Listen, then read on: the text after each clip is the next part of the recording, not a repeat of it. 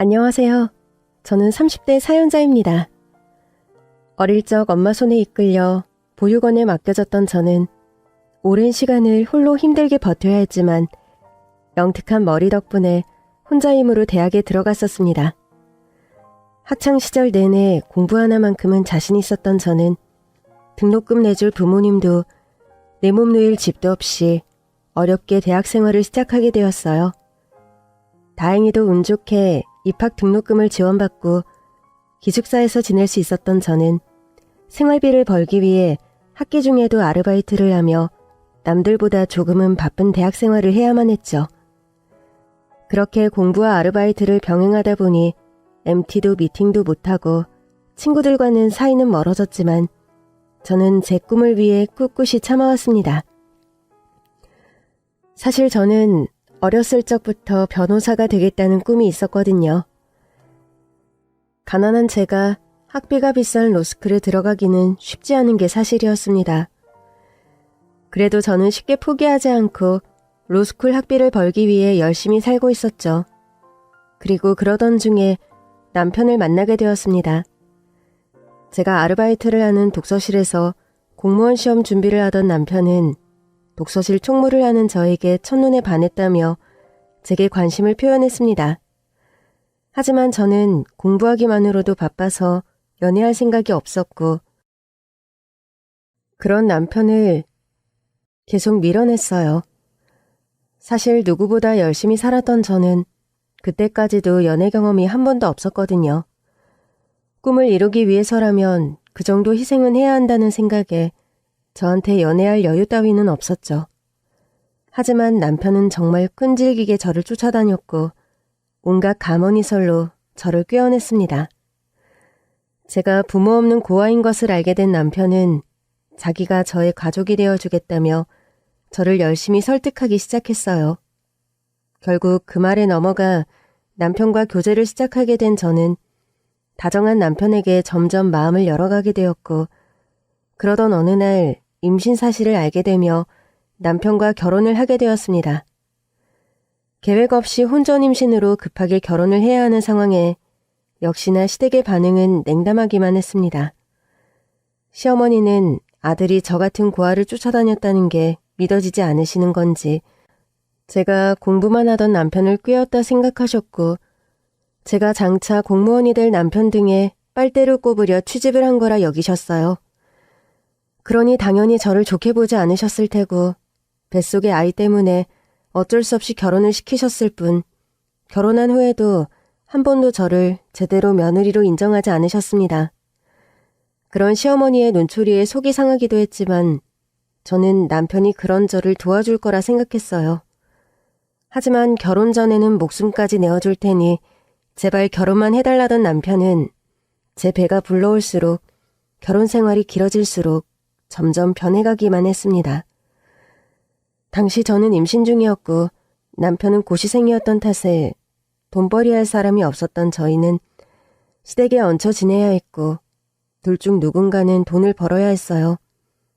사실 남편은 몇 년째 번번이 시험에서 떨어지기만 할 뿐 별로 진척이 없었고 그래서 저는 남편이 고시 생활을 접고 취직을 하기를 바랐습니다.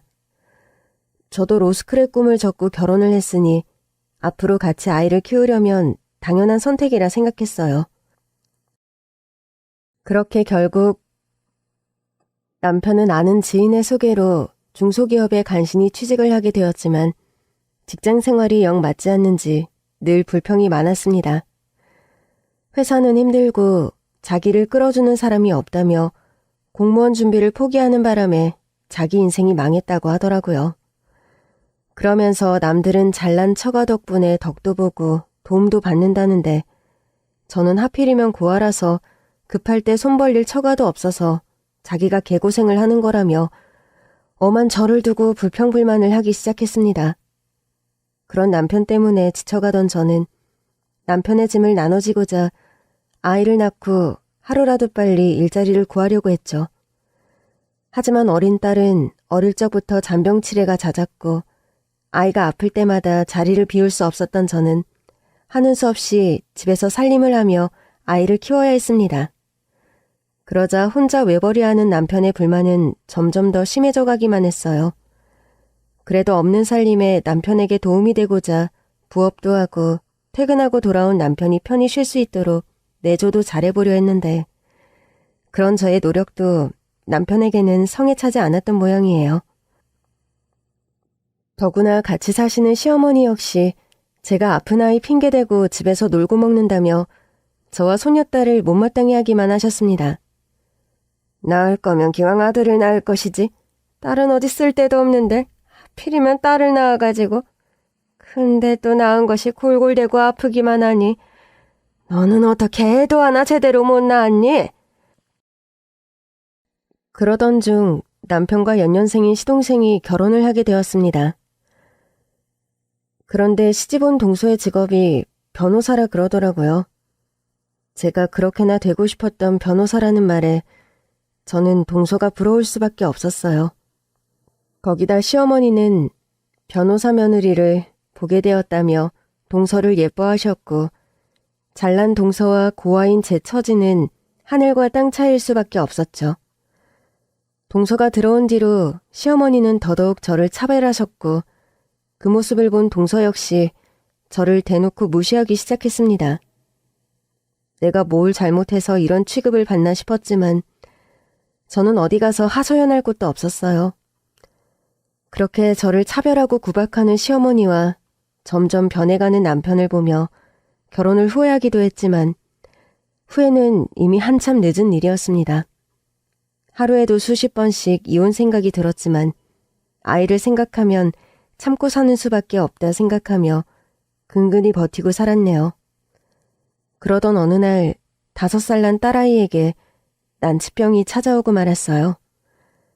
내 아이가 난치병에 걸렸다는 말은 부모에게는 사형 선고나 다름없는 말이었고 저는 아픈 딸의 상황에 절망할 수밖에 없었습니다. 그래도 한 가지 다행이라면 불치병은 아니니 꾸준한 치료를 받으면 나을 수 있다는 것이었는데 문제는 치료비가 만만치 않다는 것이었어요. 매번 맞아야 하는 주사만 해도 몇십만 원에 약값이며 입원 치료비가 적지 않다 보니 평범한 저희 부부 사정에 부담일 수밖에 없었죠. 이럴 줄 알았으면 아이 앞으로 보험이라도 하나 들어놓는 건데 워낙에 돈돈거리는 남편 때문에 그마저도 못한 게 한이었네요. 하지만 그래도 자식이 아픈데 그깟 돈이 문제겠어요? 전 재산을 팔아서라도 딸아이 목숨을 구하는 게 맞는 거죠. 하지만 남편은 금전적으로 부담이 된다는 이유만으로 아픈 딸의 사정을 외면하고 있었습니다. 심지어는 딸아이가 아픈 것도 전부 제 탓이라며 모든 걸 제 탓으로 돌리려고만 하더라고요. 아직 다 크지도 않은 애 밑으로 뭐 얼마나 들어가는 거야? 나는 먹고 죽을 돈도 없는데 애 밑으로 전 재산 다 꼬라박게 생겼네. 밖에서 힘들게 돈 벌면 뭐하냐? 집에서 식충이들이 다 쓰고 있는데. 당신 그게 지금 아픈 애한테 할 소리야? 혜민이가 남이야? 우리 딸이잖아. 그러게 너는 집에서 노는 주제에 애가 저 지경이 되도록 그냥 뒀어? 애가 저렇게 아플 때까지 뭐하고 있었냐고. 그러고 보면 애 아픈 것도 결국 네 탓이야. 너 무슨 RH-인지 뭔지 이상한 혈액형이라고 조심해야 한다 어쩐다 유별을 떨더니 애가 너 닮아서 희귀혈액형이잖아. 근데 또 난치병이라고 아픈 거 보면 쟤 아픈 것도 다 너 닮아서 그런 거 아니야? 그러게 말이다. 이래서 애초에 근본도 모르는 애를 집에 들이는 게 아닌 거야. 쟤 고아원 출신이라 지 부모가 누군지도 모르는데 그 집 핏줄에 어떤 추접한 게 섞여 있을지 누가 아니? 어디서 뭘 하다 굴러먹었는지 알게 뭐야. 우리 집은 대대로 장수하고 건강한 집안인데 아픈 사람 하나 없는 집에 애가 아픈 거 보면 그게 다 누구 탓일지 뻔한 거지. 아휴, 그러게 진작 신경 좀 쓰지. 쟤는 지 딸 아플 때까지 뭘 했나 몰라. 어린 거 하나 아픈 바람에 온 식구들이 이게 무슨 고생인지. 남편과 시모는 아이가 아픈 것이 모두 고아인 제가 핏줄도 모르는 탓이라며 제게 책임을 돌렸고 그때마다 저는 괜히 죄인이 된 듯 고개를 숙여야 했어요. 하지만 그런 건 아무런 문제가 아니었습니다. 그 집에서 제가 사람 취급 받아본 적도 없으니 무시나 괄시 정도야 이골이 나 있었죠.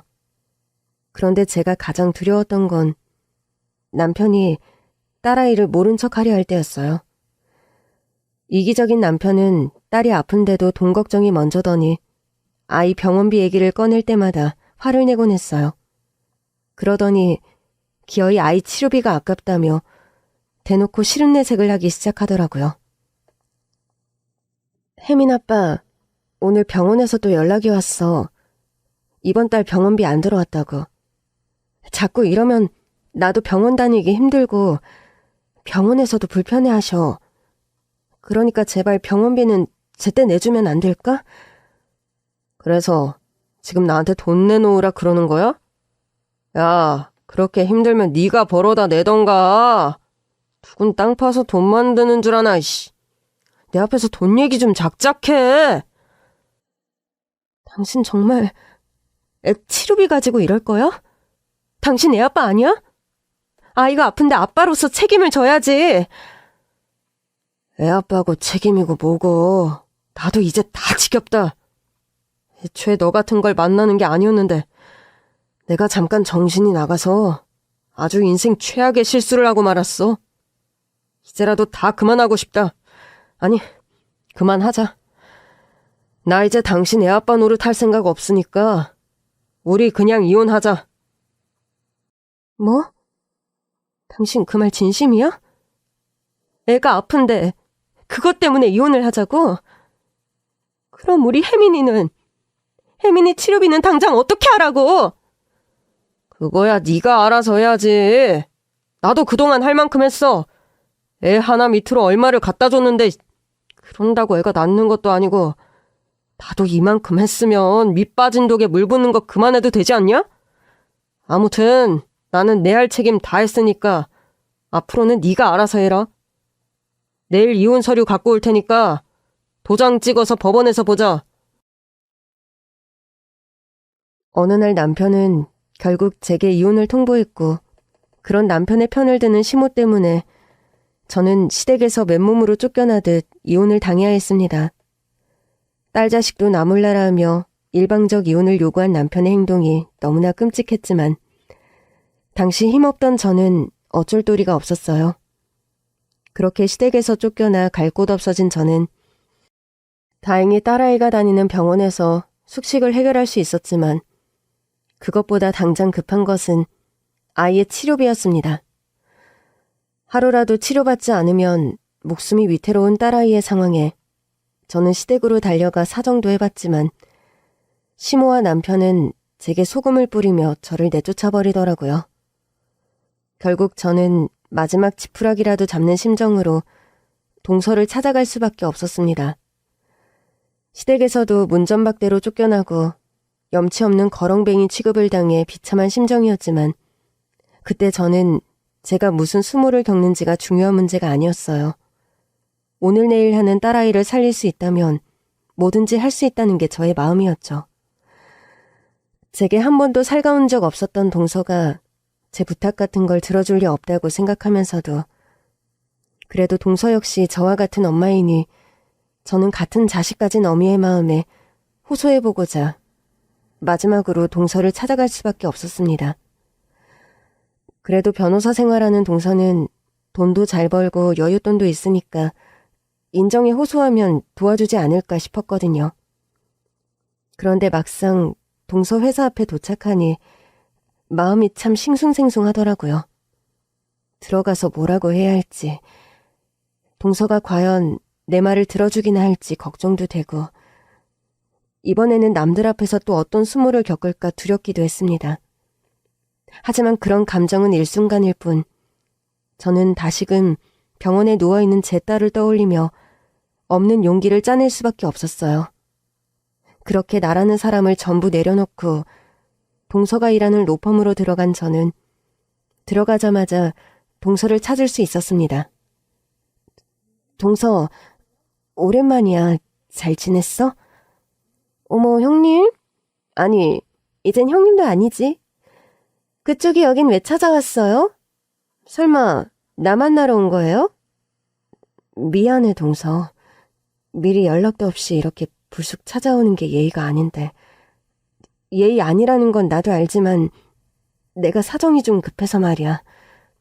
동서 연락처 알아내려고 해도 어디 알려주는 사람도 없고. 그래서 어쩔 수 없이 직접 찾아오게 됐어.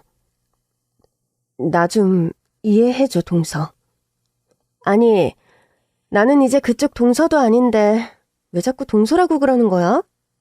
아주버님이랑 이혼했으면 우리 관계도 이제 끝이지. 동서는 무슨 동서? 그리고 남의 회사까지 쳐들어와서 이게 무슨 민폐예요? 누가 보기라도 하면 어쩌려고? 당신 같은 사람이랑 동서지간으로 엮이는 거 누가 반긴다고? 회사 사람들한테 나 쪽지려고 환장했어요? 미안해, 동서.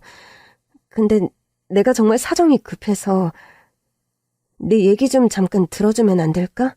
무슨 얘기를 들어줘요? 내가 그쪽한테 들어줄 얘기가 뭐 있다고. 사람들 오기 전에 얼른 나가요. 동서, 나도 정말 염치 없는 부탁인 거 알지만 내 사정이 너무 급해서 그래. 우리 혜민이 아픈 거 동서도 알잖아. 우리 혜민이가 지금 당장 치료받지 않으면 목숨이 위험하대. 근데 내가 남편이랑 이혼하면서 돈 한 푼 못 받고 맨몸으로 쫓겨난 거 알지? 그런 내가 당장 치료비가 어딨겠어. 나는 다른 욕심 없고 그냥 우리 혜민이만 살리면 돼. 혜민이 치료받고 나면 돈은 꼭 갚을 테니까 동서가 치료비 좀 빌려주면 안 될까? 동서도 자식 키우는 입장이니 내 심정 조금은 알 거 아니야. 애가 문에 부딪히기만 해도 가슴이 미어지는 게 부모인데 생사의 갈림길에 놓여있으면 그 마음이 어떻겠어. 제발 동서, 사람 하나 살린다 셈 치고 나 좀 도와줘라, 응? 한 번만 도와주면 내가 평생 은혜 갚으면서 살게. 제발. 그래서 뭐요? 그 집 애 아픈 게 어제 오늘 일도 아니고. 설마 그거 가지고 지금 구걸하러 온 거예요? 아픈 애 앞세워서 불쌍한 척 동정 사려고? 그거야 그쪽 사정이고. 혜민이 걔가 내 딸도 아닌데 내가 안타까워해야 해요? 자식 키운다고 다 같은 처지인 줄 아나. 내 자식도 아닌 남의 자식 사정에 누가 관심이나 쓰겠어요? 거기다 애 아빠도 애 할머니도 필요 없다고 버린 애를? 형님, 시댁에서 문전박대 당하고 여기 와서 구걸하는 거 정말 염치 없는 거 알죠? 내가 만만한 거야 뭐야? 아주버님도 나몰라라 한 애를 내가 도와줄 거라 생각했어요? 동서까지 정말 이럴 거야? 그래도 동서는 아이 엄마잖아. 같은 엄마로서 동정이라는 것도 없는 거야? 나라고 이러고 싶었겠어? 나도 오죽하면 이러겠냐고.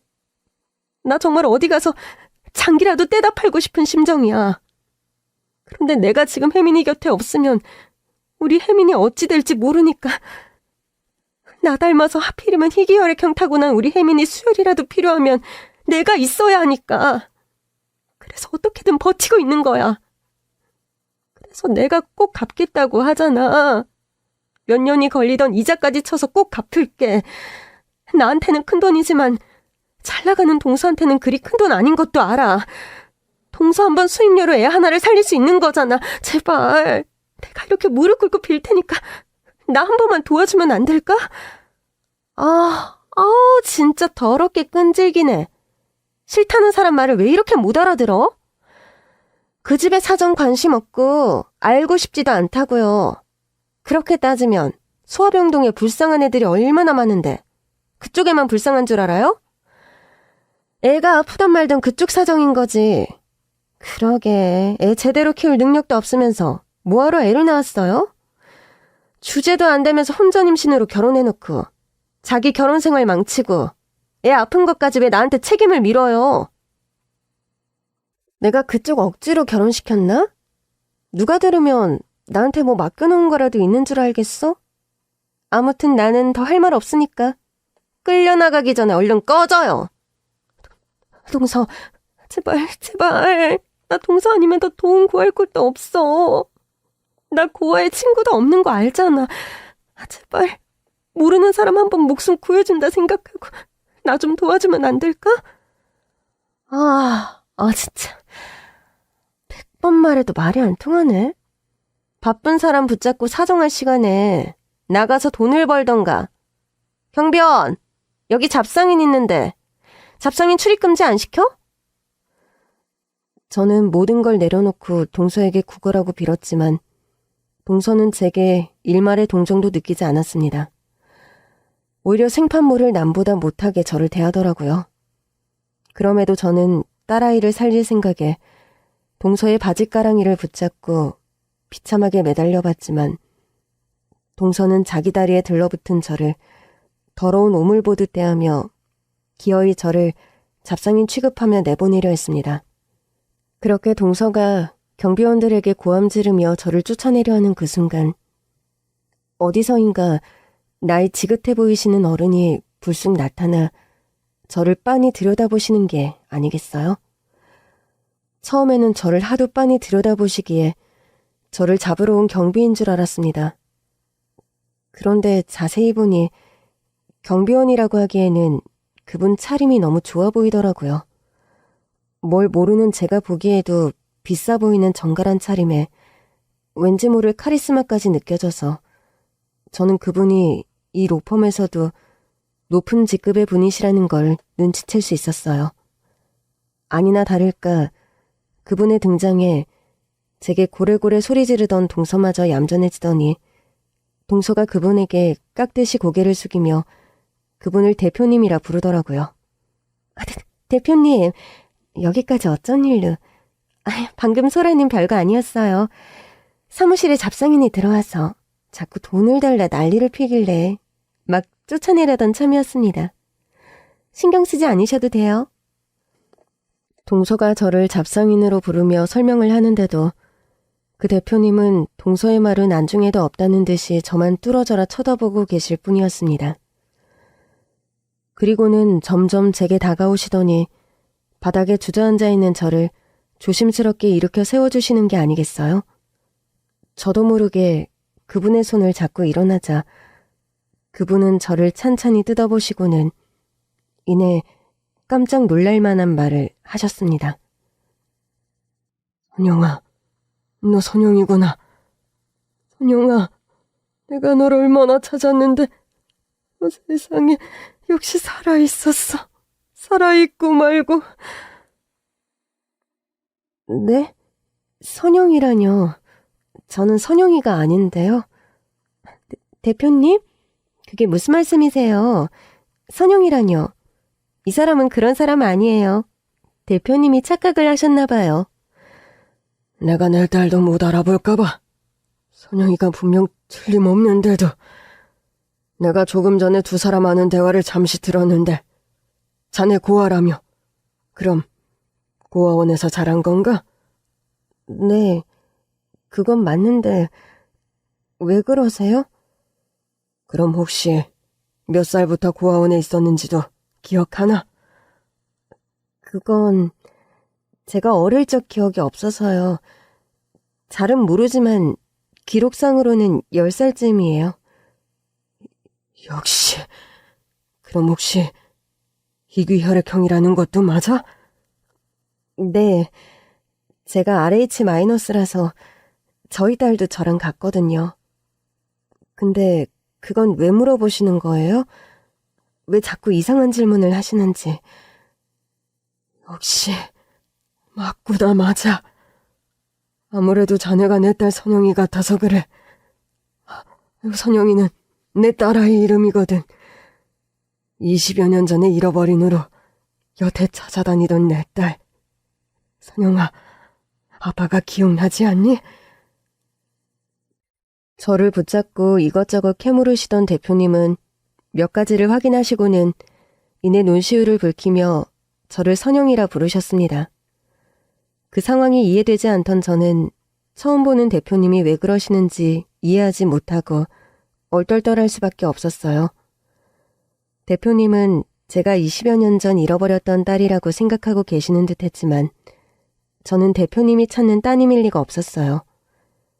그래서 아마 대표님이 찾는 따님이 나와 많이 닮아서 착각을 하시는구나 싶었던 저는 오해를 풀기 위해 해명을 하려 했습니다. 네? 아니에요. 저 대표님이시라고 들었는데 대표님, 제 이름은 이지연이고요. 선영이라는 이름은 몰라요. 아무래도 대표님이 찾으시는 분이 저는 아닐 거예요. 그럴 리가. 10살쯤 버려진 기억부터 희귀혈액형까지 똑같은데. 거기다가 특히나 나를 쏙 빼닮은 그 얼굴. 자네가 내 딸 선영이가 아닐 리가 없어. 설마 이 모든 게 우연이라고 할 수 있겠나? 그리고 부모는 자기 자식을 못 알아볼 수가 없는 법이야. 내가 자네를 본 순간 자네가 내 딸이라는 걸 단번에 느꼈다니까. 선영아, 정말 아무것도 기억이 안 나는 거니? 죄송해요. 실망스러우시겠지만 저는 정말 아니에요. 제가 어렸을 적 기억이 거의 없지만 부모님에 대한 기억이 하나 있기는 하거든요. 저희 엄마가 저를 직접 고아원에 맡기셨어요. 그 후로 연락이 아주 끊겼고요. 그러니까 따님을 오매불망 찾아다니셨던 대표님이 저희 부모님일 리가 없죠. 따님을 오랫동안 찾으셨을 텐데 실망시켜드려서 죄송해요. 그럴 리가. 분명 내 딸 선영이가 맞는 것 같은데. 아니지, 맞다니까 그러네. 저도 그랬으면 좋겠네요. 저도 부모님이 저를 버린 게 아니었으면 부모님을 찾으려고 노력했을 거예요. 그런데 제가 다른 건 다 기억 못해도 엄마 손잡고 고아원 가던 그날 기억은 선명하거든요. 그때 엄마 얼굴이며 그날의 일은 지금도 평생 잊혀지지가 않아요. 그러니까 저는 대표님이 찾는 그분이 아닐 거예요. 정말 죄송해요. 제가 당신의 딸이라 확신하며 말씀하시는 대표님을 보며 저도 그게 사실이면 얼마나 좋을까 생각했습니다. 부모에게 버림받은 기억 때문에 나는 낳아준 부모에게도 사랑받지 못하는 존재라 여기며 한평생 마음고생하며 살았는데 나도 저렇게 오매불망 찾아다녔다는 친부모가 있었더라면 내 인생이 조금은 달라질까 싶었거든요. 20여 년을 자식을 찾아다니는 부모가 있는 사람은 어떤 기분일지. 저는 갑자기 선영이라는 그분이 부러워질 지경이었어요. 그렇게 제가 잠시 아쉬워하는 사이 동서가 끼어들어 저를 다시 쫓아내려 하더라고요. 맞아요, 대표님. 이 사람이 대표님 따님일 리가 없잖아요. 절대로 그럴 일 없다니까요. 사람 잘못 보신 거예요.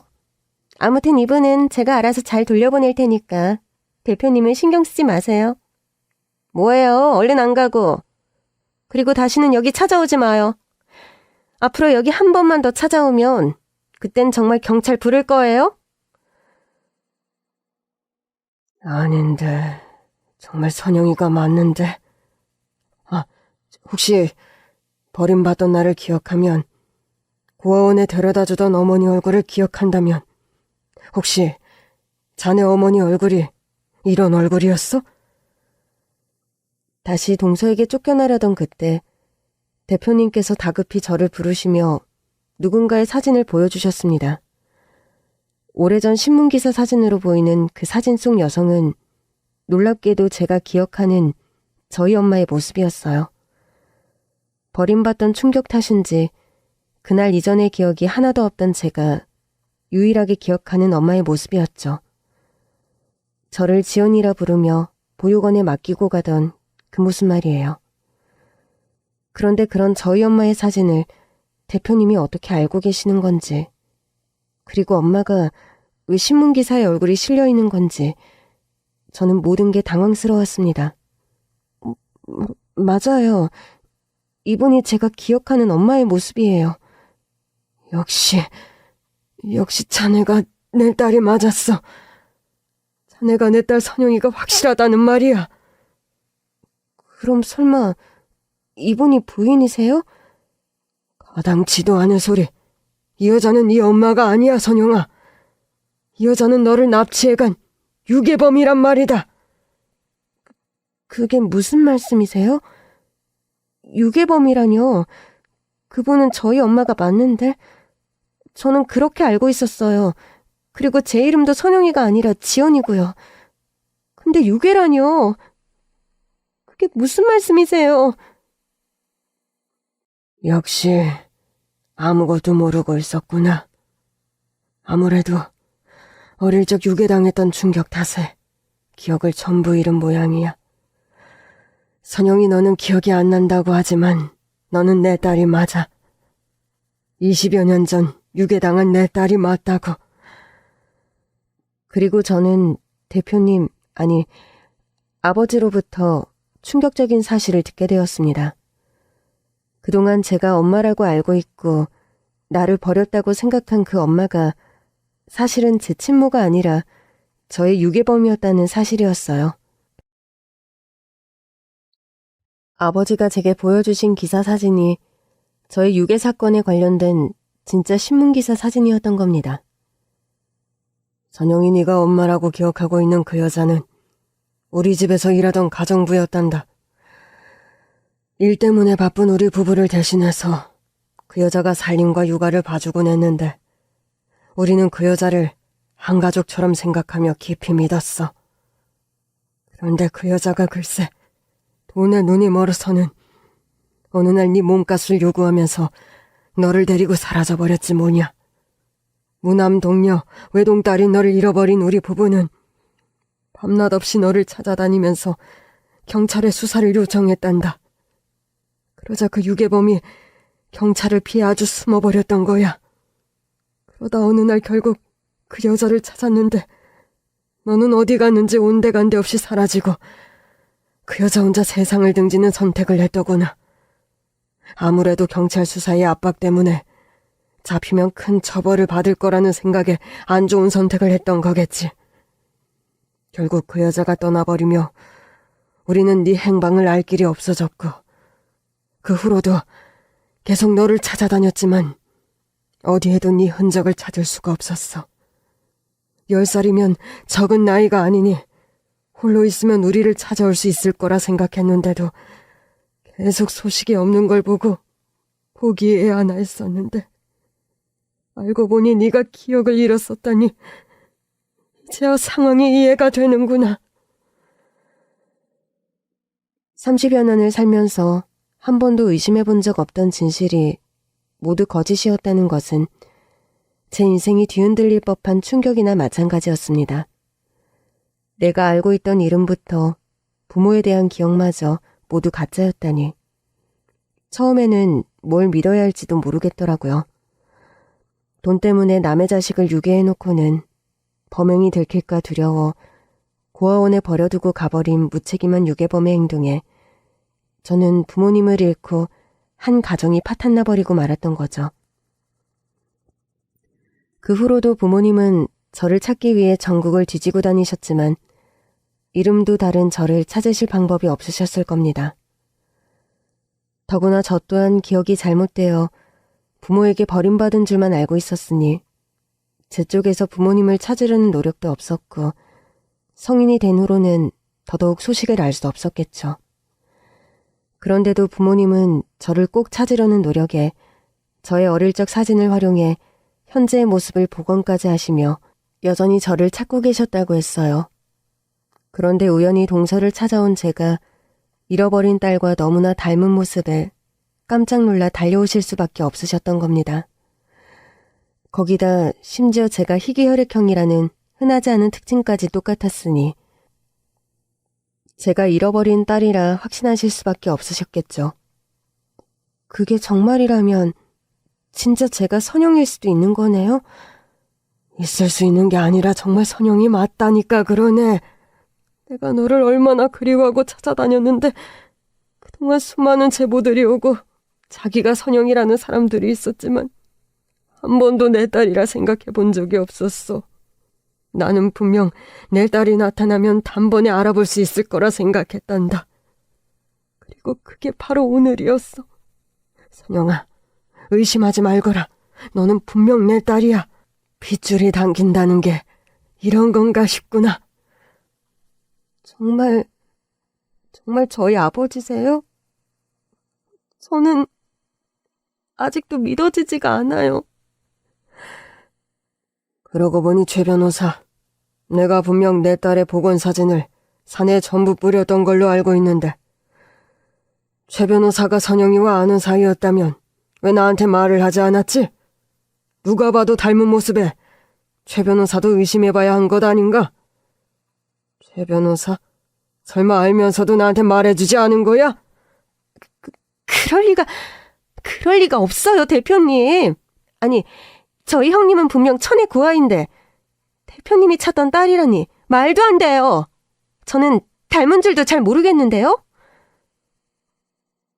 내가 스쳐 지나가다 한눈에 알아볼 정도였는데 원래부터 알고 있었던 자네가 몰랐다? 그 말을 나더러 믿으라는 말이야? 눈썰미가 없다 그래도 닮지 않았다는 말은 말도 안 되지. 그리고 상황을 보니 두 사람이 좋은 관계는 아니었던 것 같은데 사실은 일부러 모른 척한 것 아닌가? 그게 아니라 한들 자네가 내 딸에게 준 모욕은 내가 그냥 넘어가지 않겠네. 예? 그게 무슨 말씀이세요, 대표님? 제가 뭘 잘못했다고요? 그리고 아직 친자 확인도 안 된 일이잖아요? 내 딸이 아니라 그래도 용서할 수 없는 일이야. 도움을 받고자 찾아온 식구를 잡상인 취급하며 내쫓으려는 자네의 태도. 그런 자네의 태도는 약자를 돕겠다는 우리 로펌의 취지와 상당히 떨어진 태도야. 자네, 여태껏 그런 마음가짐으로 변호를 맡은 건가? 돈 없는 의뢰인들은 잡상이 취급하고 능력 있는 의뢰인들만 받으면서 말이야. 자네 정말 이런 사람이었나? 대표님, 아니에요. 전부 오해세요. 제가 아까 형님한테 그런 건 전부 개인적인 일일 뿐이지 제가 약자를 무시하고 그런 게 전혀 아니에요. 형님이 설명 좀 해주세요. 네? 무슨 설명을 해달라는 건지 모르겠네, 동서. 동서가 나 그동안 무시했던 걸 말하면 되는 거야? 동서는 날 한 번도 식구라 생각해 본 적 없다며. 아까도 남보다 못하다 그러지 않았어? 역시 그랬구만. 최 변호사 그동안 실적도 좋고 싹싹해 보여서 좋게 봐왔는데 결국 약자한테는 그런 사람이었어. 하나를 보면 열을 안다고. 최 변호사 자네가 어떤 사람인지 충분히 알겠네. 어려운 사람에게 횡포를 부린 것도 용서할 수 없지만 감히 내 딸에게 그런 모욕을 준 것은 나도 쉽게 용서할 수가 없군. 아무래도 우리가 앞으로 계속 같이 갈 수는 없겠어. 그동안 설마 했지만 오늘 일을 보니 결론이 나는구만. 자네의 거취 문제는 곧 통보해 줄 테니 오늘은 이만 퇴근하는 게 좋겠네. 앞으로 이 회사에서 볼 수 없을 테니 말이야. 대표님, 제발요. 그러지 마세요. 제가 여기 들어오려고 얼마나 노력했는데요. 저 그동안 실적도 좋았잖아요. 이렇게 일방적으로 통보하시는 게 어디 있어요. 저 여기 관두면 정말 힘들어져요, 대표님. 그건 자네 사정 아닌가? 자네도 아까 내 딸에게 그렇게 말하지 않았나? 같은 부모로서 동정을 호소하는 사람들어 남의 자식 사정 알 바 아니라며 내쳤던 자네가 나한테 그렇게 말하니 참 우습구만. 어째 반대 입장이 되어보니 내 딸의 심정을 조금은 이해하겠나? 설마 제가 형님이 대표님 따님인 줄 알고 그랬겠어요? 저 정말 몰랐어요. 알았었다면 제가 제일 먼저 대표님께 알렸겠죠. 아니, 저도 어떻게 이런 우연이 있을 줄 알았겠나요? 저 정말 반성해요. 그러니까 한 번만 봐주시면 안 될까요? 자네는 아직도 뭐가 문제인지 모르는구만. 내 딸이 아니었다고 해도 자네는 우리 로펌에 맞지 않는 태도를 보여주었어. 우리 로펌은 늘 약자 편에 서야 한다고 내가 그렇게 수없이 말하고 가르쳤건만 결국 자네는 우리 로펌에 맞는 변호사가 아니라는 거야. 그동안은 가식을 떨어 그렇게 속여왔을지 모르겠지만 이제는 아니지. 그러니 더 고집 피우지 말고 돌아가게. 아니면 자네도 잡상인 마냥 끌려나가고 싶은 겐가? 아버지의 발목을 잡고 애원하는 동서를 보니 조금 전 저의 모습 같아 기분이 묘했습니다. 아버지 말씀대로 동서는 자기가 한 일은 생각 못하고 자기 억울한 것만 아는 것 같더라고요. 그렇게 동서는 그 자리에서 해고 통보를 받게 되었고 끝까지 나가지 않겠다고 버티는 바람에 자신이 제게 하려던 대로 경비들에게 끌려나가게 되었습니다.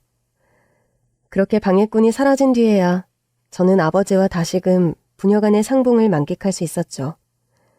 아버지는 검증하지 않아도 제가 딸이 맞다고 말씀하셨지만 확실하게 짓고 싶었던 저는 유전자 검사를 요청했습니다.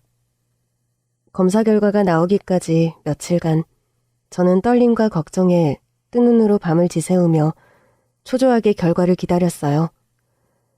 그 많은 우연이 겹칠 수 없다는 걸 알면서도 그동안 한 번도 생각해 본 적 없던 친부모님의 등장에 제 스스로도 현실을 받아들이기 어려웠거든요. 하지만 다행히도 결과는 친자일치였습니다. 제가 정말 로펌 대표님의 잃어버린 딸이었던 거예요. 알고 보니 부잣집 딸이었다는 출생의 비밀 이야기는 전부 드라마 속 이야기인 줄만 알았는데 그런 꿈 같은 일이 정말 제게 벌어졌다니 저는 한동안 현실을 받아들이기 위해 노력해야 했습니다. 선영아, 정말 내 딸 선영이가 맞니? 우리가 널 얼마나 찾아다녔는 줄 알아? 응? 세상에, 이렇게 지척에 있었는데 그것도 모르고 우리가 너를 못 찾아서 고생만 시켰구나. 아니에요. 두 분은 저를 찾기 위해 애쓰셨다고 들었어요. 저조차도 제 이름을 모르고 사연을 몰랐는데 두 분도 저를 찾기 어려우셨겠죠. 그래도 이렇게 다시 만나게 됐으니 정말 기적 같은 일 아니겠어요? 저는 지금이라도 부모님을 찾게 되어서 정말 기뻐요. 정말로요. 봐라. 네가 내 딸 선영이가 맞다고 했지 않아. 아버지가 설마 딸을 못 알아볼까봐. 그래도 참 다행이야. 죽기 전에는 다시 못 만날 줄 알았는데 이렇게 다시 만나게 되었으니 이젠 나도 더 여한이었구나. 사실 우리는 그동안 네가 어쩌면 세상을 떠났을지 모른다 생각했어. 그동안 큰 돈을 들여 백방으로 찾아다녔는데도 도통 찾지를 못했으니 희망보다는 절망이 앞섰단다. 근데 내가 선영이 너를 우리 회사에서 마주치게 될 줄은 어떻게 알았겠니? 이쯤 되면 하늘이 우리 기도를 들어주셨구나 싶구나. 그래, 이제 우리가 있으니 아무 걱정하지 마, 선영아. 우리가 그동안 너에게 못해주었던 것들 전부 다 해줄 거니까 우리 선영이는 앞으로 받기만 하면 돼. 알겠지? 그렇게 저는 잃어버렸던 부모님을 다시 만나게 되었고 그동안 못다한 이야기를 나누게 되었습니다. 그리고 부모님께는 혼자 고생하며 살아온 저를 위해 앞으로 모든 것을 해주겠다고 약속하셨죠. 덕분에 딸아이의 치료는 걱정할 필요도 없었어요. 든든한 조부모님이 생긴 저희 딸이 최고의 치료를 받을 수 있도록 부모님이 물심양면으로 지원해 주셨거든요. 그것만으로도 정말 감사했는데 제가 변호사 준비를 했었다는 걸 아시고는 늦었지만 꿈을 이룰 수 있게 로스쿨 입학을 도와주기로 하셨습니다. 선영이 네가 변호사가 꿈이었다니 역시 핏줄이 어디 가지는 않는 모양이다. 우리 집은 중조부님 때부터 대대로 법관의 검사 변호사를 하던 집안이었거든. 재능과 지능도 유전이라 그러더니 역시 선영이 네가 아빠를 닮은 모양이야. 조금 늦었지만 이제라도 선영이 네가 꿈을 찾을 수 있도록 우리가 적극적으로 도와주마. 혜민이 치료도 잘 받고 있고 이제는 우리가 있으니 너는 아무 걱정 없이 로스쿨 입학 준비만 하렴. 그리고 졸업하면 바로 우리 로펌에서 일하려무나. 정말요? 저 정말 공부해도 되나요? 그럼 당연하지. 애초에 우리가 그때 너를 잃어버리지만 않았더라면 우리의 지원 아래 걱정 없이 공부해서 진작에 변호사가 되었을 텐데. 네가 어린 나이에 그 고생을 하게 된 것도 결국 다 내 탓이다 싶구나. 부모의 존재도 모르고 어린 나이에 얼마나 마음고생하며 힘들었을까. 그런 환경에서도 혼자 힘으로 공부한 것만으로 대단한 거야. 그런데 그렇게 성실하고 순진한 아이를 꼬드겨서 결혼을 하고서 감히 내 딸을 버렸다니. 내가 그것들을 가만두지 않을 거다. 부모님을 만나고 저는 그간의 제 사연을 전부 부모님께 전해드렸습니다. 혼자 살적 고생했던 얘기부터 혼전 임신으로 결혼해서 아픈 아이 데리고 쫓겨난 이야기까지 제가 시댁에서 겪은 이야기를 전부 해드렸어요. 그동안은 친정부모 없다는 죄로 무시만 당하고 어디 하소연할 곳 하나 없어 답답했는데 이제 정말 친정부모님이 생겼으니 저도 원을 푸른 셈이었죠. 그래서 저는 그냥 한풀이 정도만 생각하며 부모님께 말씀을 드렸던 건데 부모님은 제 생각보다 충격을 많이 받으신 듯 했습니다. 아무리 쓰레기여도 그런 집안이 있느냐며 많이 화가 나셨더라고요. 그래서 저를 막대하고 내쫓은 그 인간들을 용서하지 않겠다며 아버지가 저의 이혼 소송을 준비하셨습니다. 저처럼 일방적으로 불평등한 협의 이혼을 당한 경우 위자료나 재산 분할 문제로 다시 소송을 제기할 수 있었거든요. 저도 법 공부를 했으니 그걸 알기는 했지만 그때는 힘이 없어 하지 못했던 일을 저희 아버지가 대신 나서주셨던 거죠. 그렇게 저는 아버지의 대형 로펌을 등에 업고 전 남편과 다시 이혼 소송을 시작하게 되었습니다. 안 그래도 로펌에서 잘린 동서 때문에 제 소식을 알고 있던 남편은 제가 이혼 소송을 걸어오자 깜짝 놀라며 제게 연락을 해오더라고요. 여보, 나한테 소송장이 날라왔던데 이거 당신이 보낸 거야? 여보는 누가 여보야? 여기 당신 여보가 어딨어? 말 조심해. 그거 우리 회사 측에서 보낸 거야. 나 대신할 변호사 있으니까 나한테 연락하지 말고 변호사 쪽으로 연락해. 우리 사이에 이제 와서 대화할 건덕지나 있어? 그래도 이혼은 부부가 하는 건데 어떻게 변호사를 통해서 대화를 해? 혜민 엄마, 그러지 말고 우리 만나서 얘기하자. 나도 재수 씨 통해서 소식은 들었어. 당신 친부모님 만나게 되었다며? 아니, 어떻게 그 로펌에 잃어버린 딸이 당신일 수가 있어? 그걸 진작 알았으면 우리도 이혼 안 할 수 있는 건데. 기왕 이렇게 된 거 우리 다시 재결합하면 어떨까? 뭐? 재결합? 당신 미쳤어? 지금 누구 앞에서 재결합 소리를 내? 뻔뻔해도 정도가 있지. 화내지 말고 들어봐. 당신도 혼자 혜민이 키우려면 힘들 거고 아픈 혜민이 혼자 케어하기 벅찰 거 아니야. 애한테도 아직 아빠가 필요하고. 그러니까 우리 혜민이를 위해서라도 다시 합치자, 응?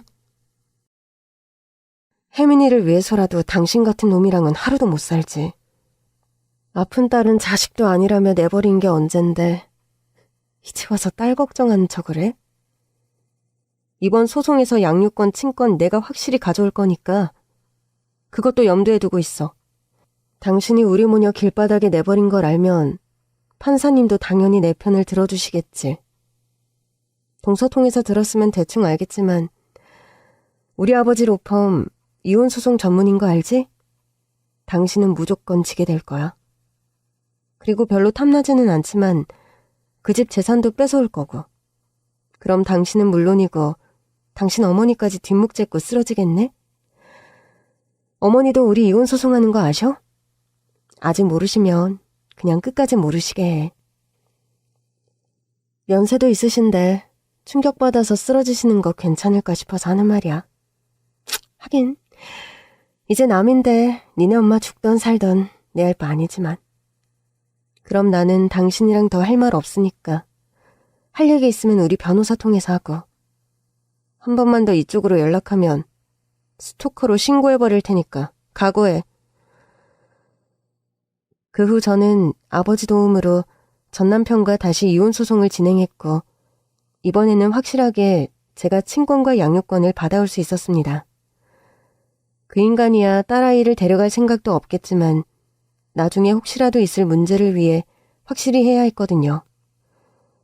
그리고 그동안의 재산 기여도를 인정받아 재산 분할은 물론 시모와 남편에게 당한 정신적 피해에 대한 위자료까지 탈탈 털어 받아낼 수 있었어요.